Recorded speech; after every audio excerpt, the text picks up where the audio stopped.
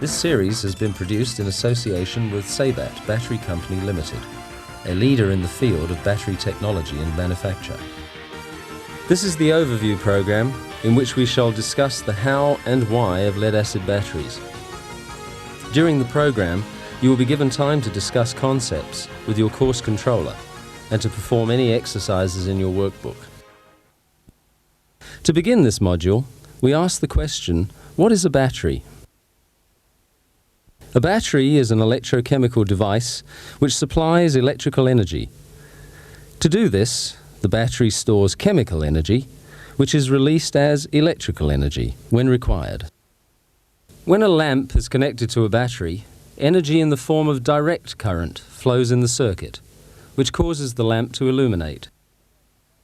Lead-acid batteries have many applications and can be regarded as a portable source of electric power. Batteries are extensively used to supply electrical power for automotive machinery, including most motor vehicles, trucks and buses, as well as traction or motive-powered vehicles such as fork trucks, milk trucks and underground locos. Other applications include power sources for emergency lighting and power systems. Lead-acid batteries have many advantages, and the following points are worth noting. They are economical to manufacture compared to other types of batteries. Manufacturing materials are comparatively inexpensive and plentiful. Such batteries have the highest output voltage on discharge of all the reversible battery types. The lead-acid battery is a clean, portable source of electric power and can operate over a wide range of temperatures. The construction of all lead-acid batteries is similar regardless of size. The principal components are the case or container, which is made from either hard rubber or polypropylene. The case is constructed with individual cell compartments, typically 3 or 6, depending on the capacity and output voltage of the battery. Within each cell, an element is inserted, which is the heart of the battery. Let's look more closely at a typical element.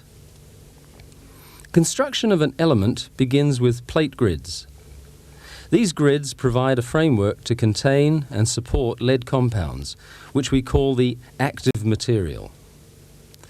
When a grid is impregnated with active material, it is known as a plate. Depending on the type of active material, we have either positive or negative plates.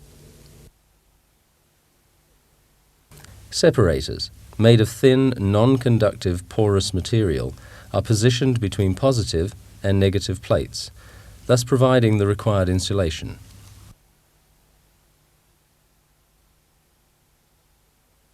Plates of like polarity are welded together to form a group.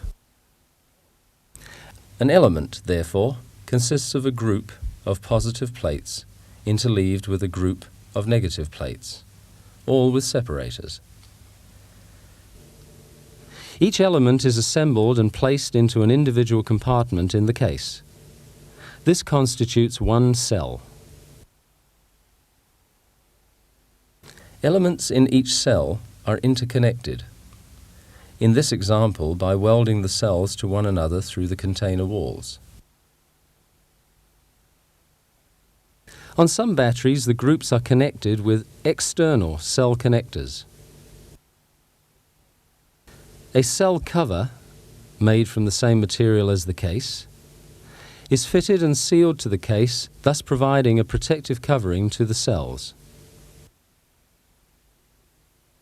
Individual cells on this design of battery are capped with cell covers.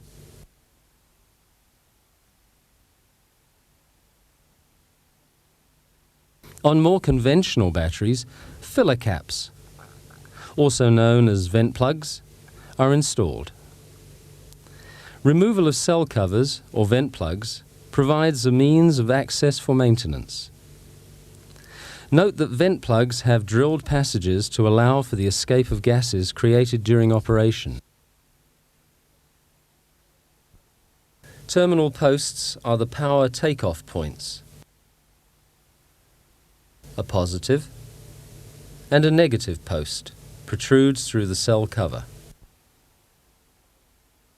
The final component of a battery is the electrolyte. This is a solution of pure water and sulfuric acid. Each cell is filled to a level above the element before the battery is placed into service. Let's pause now for a brief discussion on what we've covered so far.